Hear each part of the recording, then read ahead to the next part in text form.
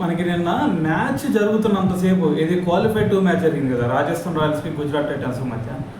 ఈ match complete అయ్యేంత వరకు కూడా ప్రతి ఒక్కరికి ఒక డౌట్ ఉంది. ఎందుకు? అటువైపు రాజస్థాన్ రాయల్స్ చూస్తేనేమో ఏకంగా 215 రన్స్ టార్గెట్ పెట్టింది. మరి ఇప్పటి వరకు ఎప్పుడు కూడా గుజరాత్ టైటన్స్ 210 అబోవ్ రన్స్ని చేజ్ చేసినటువంటి సందర్భమే లేదు. మరి ఇటువంటి పరిస్థితిలో ఈరోజు ఒక డూ ఆర్ డై మ్యాచ్. మరి ఈ మ్యాచ్లో రాజస్థాన్ రాయల్స్ చేతిలో ఓడిపోయిద్దా గెలిచిద్దా అనేటటువంటి డౌట్లు కూడా చివరి వరకు చాలామందికి ఉన్నాయి. అయితే మరి నిన్న ఏకంగా 215 రన్స్ టార్గెట్ని చేజ్ చేసి ఒక కొత్త రికార్డు కూడా నమోదు చేయడం జరిగింది.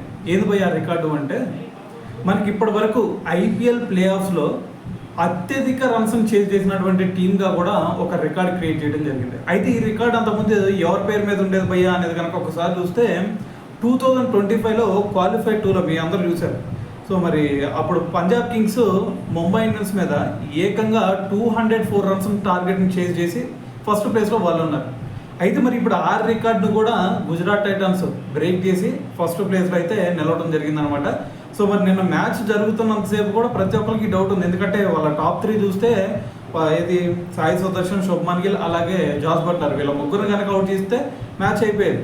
కానీ నిన్న శుభ్మన్ గిల్ అదేవిధంగా పాతుకుపోయి దాని తర్వాత సాయి సుదర్శన్ కూడా 58 రన్స్ కొట్టాడు. మరి వీళ్ళిద్దరు మధ్య వచ్చినటువంటి మంచి పార్ట్నర్షిప్ బిల్డ్ అవ్వడం, సో దాని తర్వాత వచ్చినటువంటి బ్యాట్స్మెన్స్ కొంచెం సపోర్ట్ చేయడం, సో దీంతో 214 రన్స్ టార్గెట్ను కూడా ఈజీగా చేజ్ చేసింది అనమాట గుజరాత్ టైటన్స్.